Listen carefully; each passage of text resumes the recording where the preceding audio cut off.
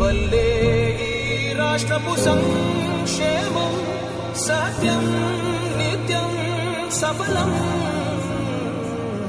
జనగణ మంగళదాయకుడా ఘనమగు చరితల నాయకుడా పలుతరములు మము పరిపాలించర స్వామికుడా.